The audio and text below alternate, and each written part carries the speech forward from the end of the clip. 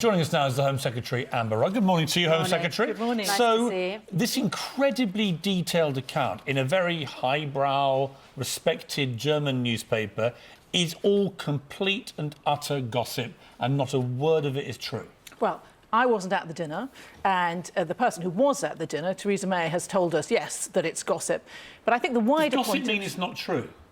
Well, what's your experience of gossip, Piers? You tell me what your categorisation of gossip because is. she I didn't think deny it. Can be, and it can't be, but I think there's a wider point here, which is that we're not going to comment on leaks like this. They may or may not be true, elements of it, but the fact is there's going to be, nearly 2 years of this type of negotiation going on, and I think it would be a mistake for the government to leap on and back on any sort of tittle-tattle that comes out. Here's the problem, gossip or not, and I'm afraid I take the view this looked very deliberately leaked, very slanted to the EU clearly, but a clear marker in the sand from Juncker and the others. They're going to take no nonsense from us. They think they're in charge. They think that we don't have nearly enough time to do any of this. So ultimately, you're left, having read the entire piece, with the clear belief from Juncker and everyone in the EU that basically we are heading off a cliff. Well, nobody said this would be easy. David Davis and Theresa May have been absolutely clear that we need to approach this positively, but with the clarity that it's going to be a complicated deal to pull off, but that we can do that. The fact that the EU is now coming out with the first salvo saying, oh, we're not sure, it's going to be frightfully difficult, shouldn't put us off at all. It's not surprising. It's a sign, though, isn't it, that these negotiations, not only are they going to be extremely tough, but also they're going to be very public.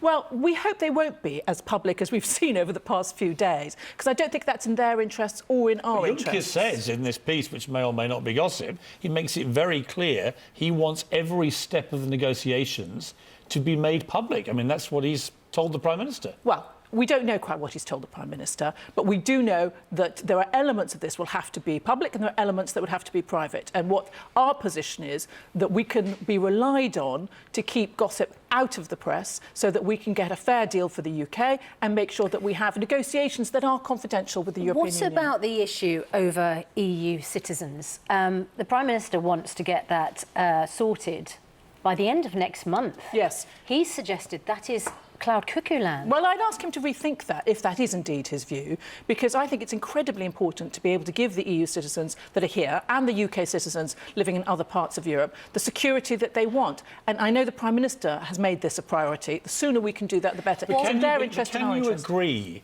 individual parts of the overall settlement as you go along, as clearly the Prime Minister would like to do, or as many people fear, can nothing really be agreed until the whole thing is agreed?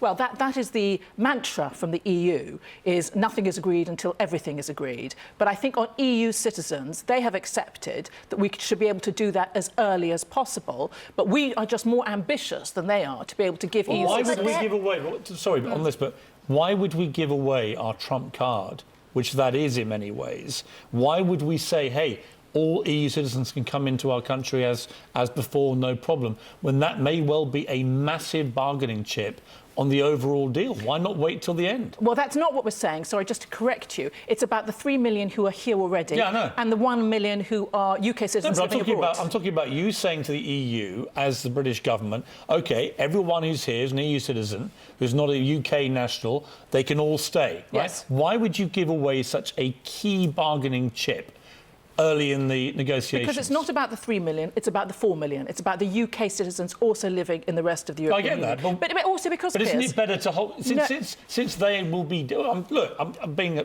perhaps pedantic about this, but wouldn't it be the case that the EU would see that as a major thing that they would like for their citizens to be able to continue living and working in the UK? And my point again is, given that we are clearly going to be up against it here with people who are going to be very difficult to negotiate with, I don't know, if you're playing poker, you don't give away that hot hand early on, do you, as you appear to want to do? No, but we don't view them, the people who are living here, who are working here, a lot of them, as bargaining chips. They're part of the 4 million people from the UK and from the European Union, other countries, who need an early resolution to their status. And most of these people are really important parts of our community. Some of them have lived here for 5, 10, 15 years longer and want that certainty, which we are looking forward to giving them.